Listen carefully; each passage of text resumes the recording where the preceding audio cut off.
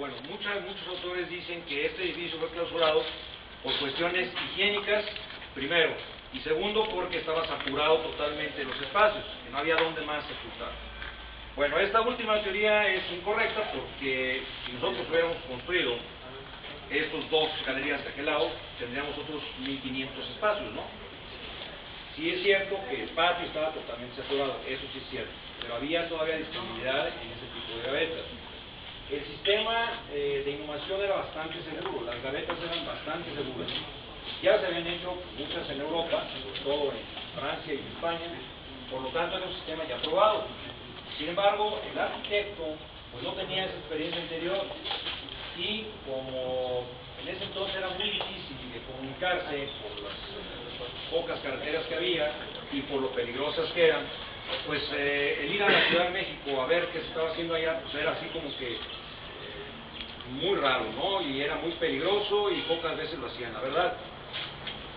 Entonces este señor, pues con los simples libros que llegaban y publicaciones, las revistas ilustradas que estaban muy de moda en ese entonces, pues simplemente se guió y con el plano de Manuel Tolzá, pues más o menos se dio idea de lo que tenía que ser y cómo le tenía que ser, y así lo construyó, así lo proyectó y lo construyó. Bueno, su inexperiencia provocó que de alguna manera ese sistema ya no fuera tan seguro. Las gavetas deben tener una pendiente, o sea, su piso interior debe tener una ligera pendiente hacia el fondo, no hacia acá, sino hacia la parte de atrás. ¿Por qué? ¿Alguien sabe? Los lixiviados, los ¿sí? fluidos que... Correcto. Miren, razonándolo, nosotros tuvimos que hacer pues dentro de las investigaciones para llegar a saber realmente qué había sucedido. Un cuerpo humano, vamos a decir, no sé... Yo no. Yo peso 76. Bueno, como el compañero, 70 kilos. El 60% de su cuerpo es líquido, finalmente es agua. El 30% son sales minerales, ya descomponiéndolos. Y el 10%, el restante, es una serie de químicos, líquidos, pues que son muy complejos en su estructura y en su composición y que son poco estudiados todavía. Pero ese 10% son los que dan el clásico olor a podrido, pues. Le llaman hay dos líquidos que son principalmente los componentes, uno que es la putrescina y otro que es la cadaverina. De ahí vienen los nombres de cadáver y de podrido, pues de pútrido. Ese olor lo utilizan en la actualidad para tratar de atraer mosca, y esa mosca la esterilizan, y esa esterilización hace que no le afecten a las guayabas, por ejemplo, a ciertas frutas donde la mosca va y deposita sus huevos, y esos huevos se convierten en larvas y se tragan la fruta.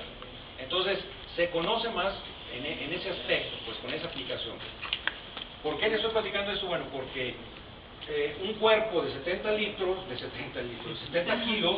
produce el 60% de líquidos, que son alrededor de 40 litros ya convertido a litros, ¿verdad?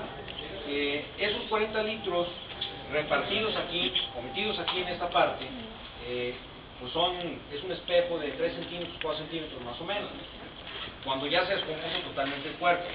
Sumándole, por ejemplo, el volumen del ataúd, sumándole, por ejemplo, la mortaja, sumándole algunas ofrendas que metían también aquí, los huesos, por ejemplo, que no se descomponían a la primera, todo eso hacía que se elevara esa cantidad a 7 centímetros cuando mucho.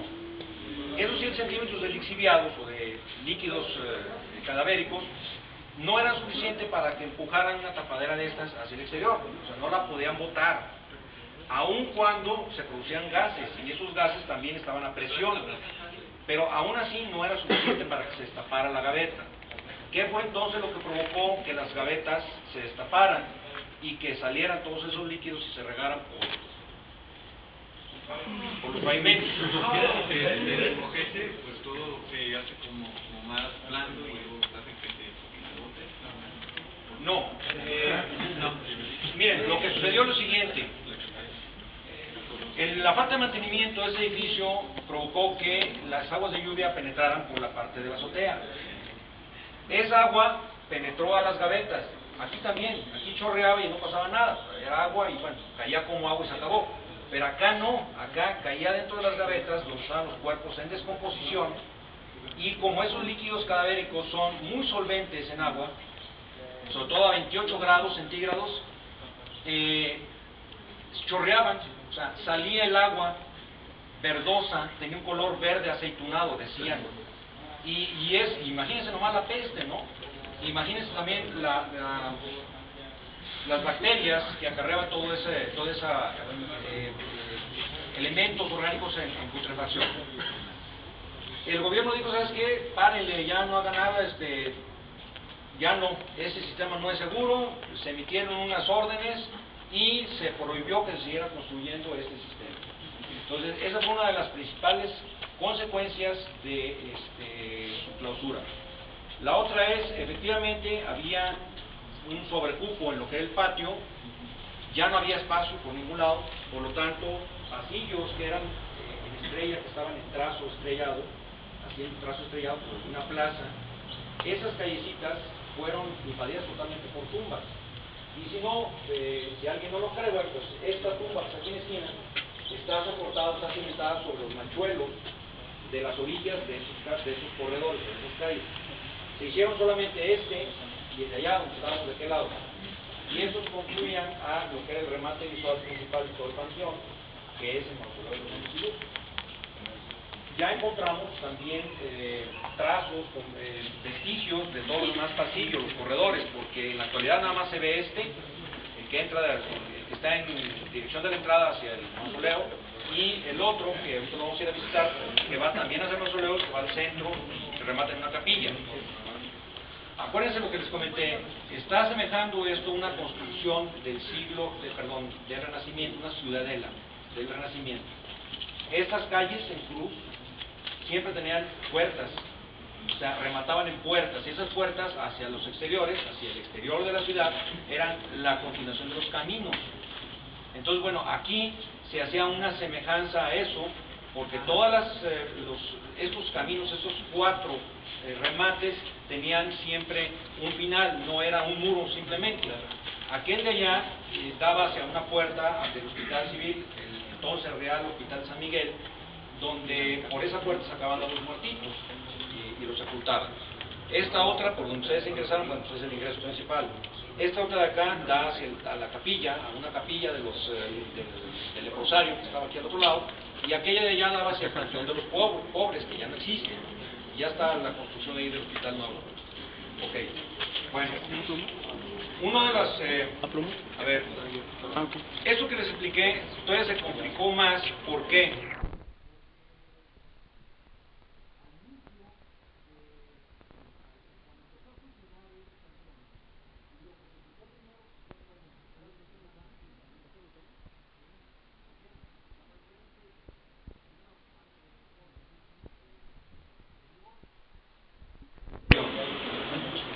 Cuando hicieron esas sepulturas, todo ese material que sacaron de los agujeros, no lo sacaron del panteón, sino que lo empezaron a regar así por donde más cómodo se les hacía, y eso provocó que el drenaje original del patio ya no existiera, se encharcaba el agua en todos lados. Entonces provocó que cuando llovía mucho se inundara toda esta galería, y por eso es que se puso este elemento, que es un soclo, para evitar que el agua entrara a las gavetas, porque también eso actuaba desde afuera, o sea, actuaba lo que les comenté desde arriba, pero también desde acá, porque subía el nivel, entraba a las gavetas, disolvía los líquidos cadavéricos y luego salían otra vez, por su alta solubilidad.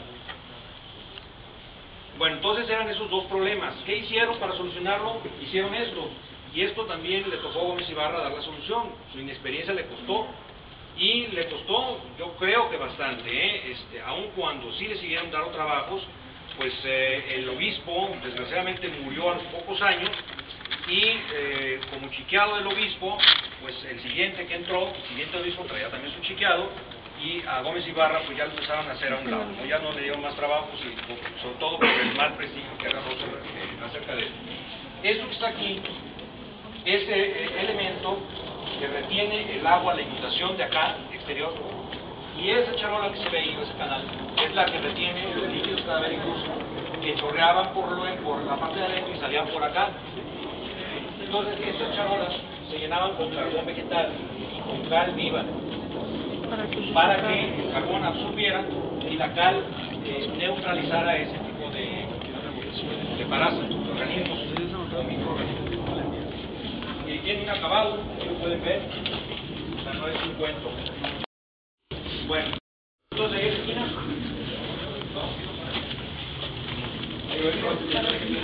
Vamos a probar.